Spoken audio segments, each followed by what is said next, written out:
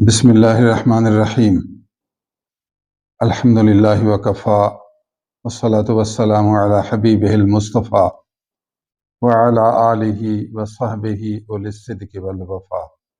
اما بعد، بعض احباب نے فقیر کی طرف ایک کلپ بھیجا جس میں مولوی صاحب یہ بیان کر رہے ہیں کہ آج کل نماز جنازہ میں لوگ دعا یہ پڑھتے ہیں: اللہم اغفر لحینا و میتنا و شاہدنا و غائبنا، آخر تک. اس سے ساری دعا میں میت کے لیے بخشش کا ایک لفظ بھی موجود نہیں. امام صاحب اور لوگ یہ سارے اکٹھے ہو کر نیت بھی یہی کرتے ہیں کہ دعا واسطے حاضر میت کے. جب وہ دعا حاضر میت کے لیے کر رہے ہیں اور ان کا ارادہ بھی یہی ہے، نماز جنازے کا مقصد بھی یہی ہے کہ حاضر میت کے لیے دعا ہو، لیکن کتنا بڑا دھوکہ ہے میت کے لیے. بالخصوص یہ خاص دھوکہ ہے کہ دعا تو میت کے لیے کرنی چاہیے لیکن میت کے لیے بخشش کا ایک لفظ بھی نہیں بولتے. پھر مولوی صاحب نے یہاں ایک عام قاعدہ بیان کیا کہ مولوی حضرات ہر موڑ پر، ہر موقع پر دھوکہ کرتے ہیں. پھر کہا اخلاق کے بہت گرے ہوئے ہیں. پھر کہا میت کو بھی معاف نہیں کرتے. مولوی صاحب کے اس انداز سے بڑا دکھ ہوا.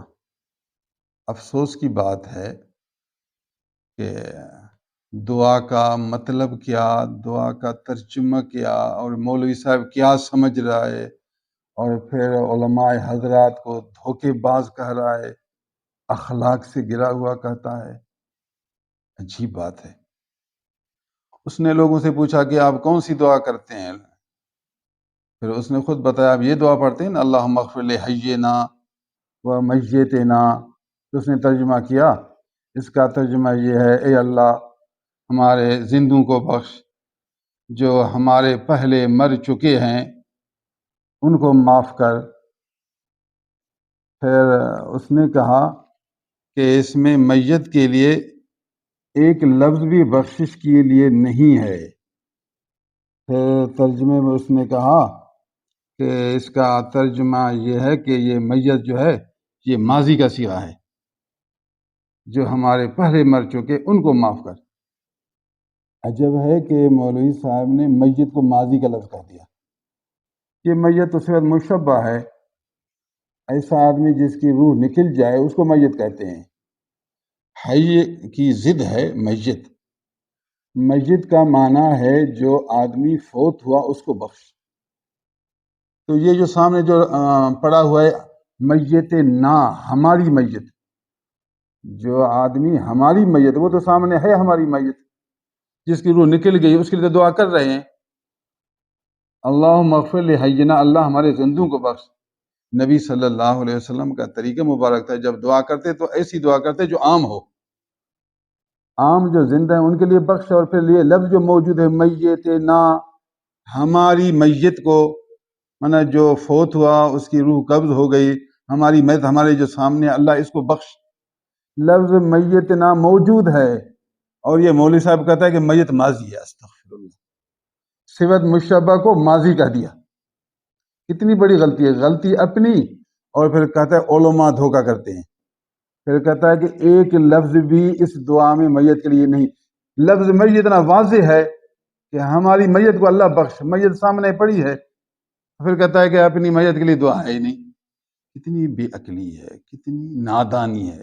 اس کو بے علمی کہیں یا نعوذ باللہ حدیث سے دھوکہ کہیں کہ حدیث کا ترجمہ یہ اور یہ مطلب اور نکال رہا ہے. دھوکہ تو یہی ہے. دھوکہ وہ خود حدیث سے کر رہا ہے، نعوذ باللہ تعالیٰ منہ. حدیث کا مطلب غلط بیان کر رہا ہے اور پھر سارے علماء کو کہتے دھوکے باز ہیں. اور کتنی سری غلطی ہے کہ میتنا یہ صرف مشبہ کا صیغہ ہے اور کہتا ہے کہ ماضی کا صیغہ. اس سے بڑی بے علمی اور جہالت اور کیا ہے.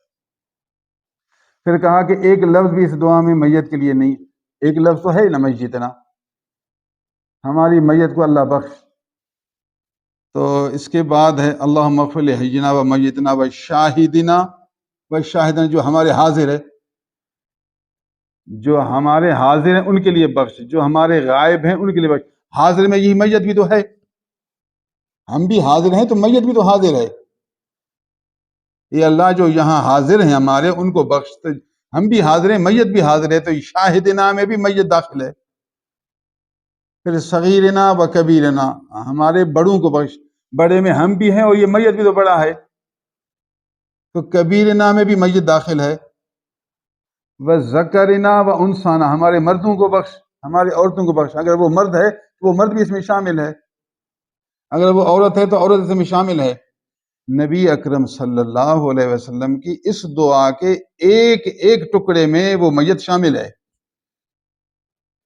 حینا و میتنا میں شامل ہے، شاہدنا و غائبنا کے لفظ میں شاہدنا میں میت موجود ہے، صغیرنا و کبیرنا کے ٹکڑے میں کبیرنا میں موجود ہے، اور ذکرنا و انسا، اگر مرد ہے تو ذکرنا میں شامل ہے، اگر انسا ہے تو انسا میں شامل ہے۔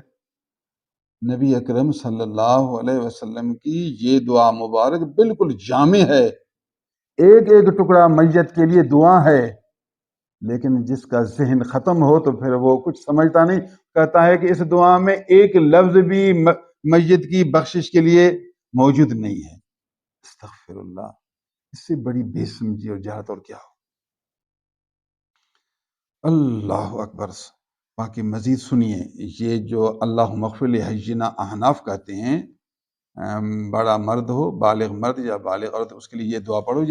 یہ دعا حدیث میں موجود ہے، ابن ماجہ حدیث کی صحاح ستہ کی کتاب، ابن ماجہ کتاب الجنائز، باب ما جاء فی الدعاء فی الصلاۃ علی الجنازہ، اس باب میں یہ حدیث موجود ہے۔ ان ابی ہریرہ رضی اللہ تعالیٰ عنہ قال کان رسول اللہ صلی اللہ علیہ وسلم اذا صلی علی جنازۃ یقول اللہم اغفر لحینا و میتنا و شاہدنا و غائبنا، آخر تک۔ حضرت ابو ہریرہ رضی اللہ تعالیٰ عنہ روایت کرتے ہیں کہ نبی کریم صلی اللہ علیہ وسلم کی یہ عادت مبارک تھی، آپ جب بھی جنازہ پر نماز پڑھتے تو کہتے تھے، کان یقولو، کان یقول فعل ماضی استمراری ہے، یعنی آپ ہمیشہ یہ دعا پڑھتے تھے۔ کان یقولو اذا صلی علی جنازہ، حضور جب جنازے پر نماز پڑھتے تو یہ دعا پڑھتے تھے، اللہم اغفر لحینا، اے اللہ ہمارے زندوں کو بخش، اے اللہ ہمارے مردوں کو بخش۔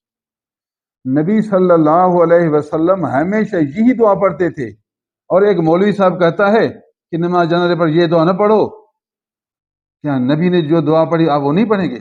آپ کو اس حدیث کی خبر ہی نہیں ہے۔ کسی کتاب میں جس میں سے وہ ایک حدیث لکھی ہوگی، اس کو پڑھا، اس نے کہا بس صرف حدیث وہی ہے اور حدیثیں ہیں بھی نہیں، یا اس کے کسی اہل حدیث مولوی نے اس کو وہ حدیث دکھائی، کہا کہ یہ حدیث ہے، نبی یوں دعا کرتے تھے، تو باقی حدیثوں کو اس کو خبر ہی نہیں۔ احناف جو دعا پڑھتے ہیں اور مشہور دعا ہے، یہ حدیث میں موجود ہے، نبی کریم صلی اللہ علیہ وسلم نے جنازہ پر یہی دعا پڑھی، تو گویا یہ مولوی صاحب نعوذ باللہ معاذ اللہ ثم معاذ اللہ نبی کو بھی کہتے ہیں، یہ نبی بھی میت سے دھوکہ کرتے ہیں کہ میت کے لیے ایک لفظ بخش کی دعا نہیں کرتے۔ نبی صلی اللہ علیہ وسلم نے ایسی دعا کی کہ ایک ایک ٹکڑے میں میت کے لیے دعا موجود ہے۔ پھر حضور کا یہ کمال ہے کہ میت کے ساتھ ہم زندوں کو بھی دعا میں شریک کر دیا، یہی تو کمال ہے۔ نبی صلی اللہ علیہ وسلم نے ایسی دعا کی جس میں وہ میت کے لیے بھی دعا ہو اور جو نماز پڑھتے ہیں اس کے لیے بھی دعا ہو۔ یہ تو جامع دعا ہے، یہ تو عام دعا ہے۔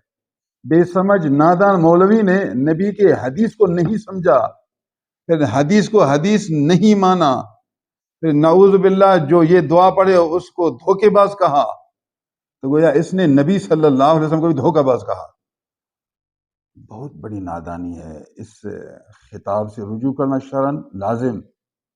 عام لوگوں کو علم ہوتا نہیں، کسی ایک خطیب کی بات سن کر پھر کہتے ہیں یار شاید اس نے بھی صحیح کہا ہے۔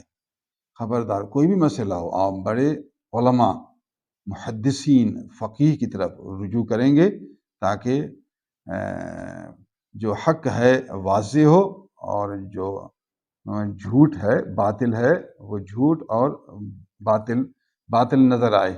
کہتے ہیں پانی کا پانی، دودھ کا دودھ، پانی کا پانی۔